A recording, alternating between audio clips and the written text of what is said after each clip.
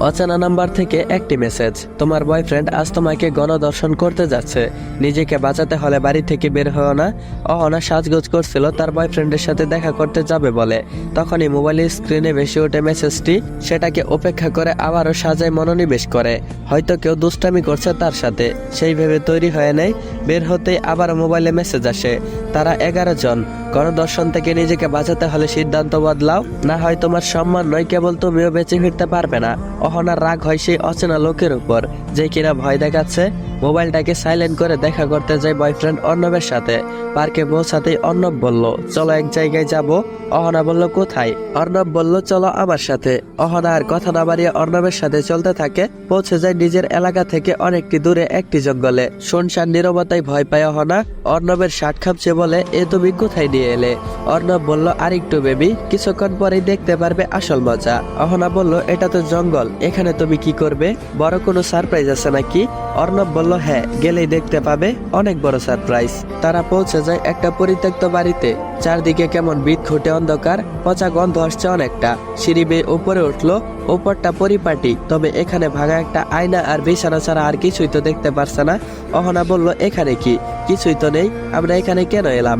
আমার অনেক ভয় করছে অর্ণব, এখান থেকে চলো চলে যাই। অর্ণব বলল, একটু পর চমক দেখতে পারবে, সবর করো। দেখতে পেল একে একে 10 জন তরুণ প্রবেশ করলো রুমটাতে। অহনার আচমকা অচেনা নাম্বার থেকে মেসেজের কথা মনে পড়ল। সেও বলেছিল 11 জন লোক তাকে গণধর্ষণ করবে। বুকটা ধক করে কেঁপে উঠল তার। অহনা বলল, অর্ণব, এরা কারা? অর্ণব বলল, এরা আমার বন্ধু, মজা হবে আজকে। অহনা বলল, আমি বাড়ি যাব, আর এক মুহূর্ত এখানে না। তুমি গেলে চলো, না হলে আমি একাই চলে গেলাম। একজন লোক এগিয়ে আসে অহনার দিকে। কোথায় যাচ্ছ সোনা? তোমার জন্যই তো আমরা এখানে এসেছি, তুমি চলে গেলে মজা করবো কার সাথে? বলেই শয়তানি হাসিতে ফেটে পড়লো তারা। অর্ণব হাসছে। নিজেকে খুব অসহায় মনে হতে লাগলো অহনার। বারবার মনে আসছে সেই অচেনা নাম্বারের কথাটা। যদি তার কথা শুনে এইখানে না আসতো, তাহলে এত কিছু ঘটতো না। অর্ণব সহ 11 জন পুরুষ অহনার দিকে এগিয়ে আসছে। অহনার নিজের হাতের ফোনের দিকে তাকায়। রাগের বশে ওর ফোনটা অফ করে রেখেছিল। তাড়াতাড়ি অন করতেই অর্ণব তার হাত থেকে মোবাইলটা নিয়ে বিছানায় ছুঁড়ে মারে। পরক্ষণে 11 জন এগিয়ে আসে অহনার দিকে। অহনাকে বিছানায় ধাক্কা মেরে ফেলে দেয়। অহনা পিঠের নিচে মোবাইলের অস্তিত্ব টের পায়। মোবাইল অন করতেই দেখতে পায় একটি মেসেজ, তোমার পেছনে বিছানায় একটা স্প্রে আছে, সবার মুখে স্প্রে করো, আমি ব্যবস্থা নিচ্ছি। অহনা কোনো কিছু না ভেবেই আশেপাশে তাকায়। সত্যি সত্যি একটা স্প্রে দেখতে পায়। হাতে নিয়ে তাদের মুখে স্প্রে করে দেয়। তারপর তাড়াহুড়ো করে রুমটি থেকে বের হয়ে যেতেই অর্ণব হাত ধরে ফেলে আর বলে, কোথায় যাচ্ছিস? তোকে আজকে ভোগ না করে ছাড়বো না, পালাতে পারবি না। তারপর অহনা অর্ণবের হাতে কামড় বসিয়ে দেয়। ব্যথার চোটে অর্ণব তাকে ছেড়ে দেয়। সিঁড়ি দিয়ে নামতেই আরেকজনে সে হাত টেনে ধরে। টেনে আবার উপরে নিয়ে যায়। ঠাস করে একটা চর বসিয়ে দেয়। অহনা ছিটকে পড়ে যায় বিছানায়। চিৎকার করেও কোনো লাভ নেই। এই পরিত্যক্ত জায়গায় কেউ আসবে না তার আর্তনাদ শুনতে। পশুগুলো পুনরায় ঝাঁপিয়ে পড়তেই পুলিশ এসে হাজির হয়। পুলিশ দেখে সবাই ভয়ে পালাতে থাকে। অর্ণবের মুখ থেকে তো বেরিয়েই আসে, পুলিশ সবাইকে ধরে নেয়। অহনা বেঁচে যায়। একজন এসআই অহনার কাছে এসে বলল, ভাগ্য করে এমন একজন হাজবেন্ড পেয়েছেন।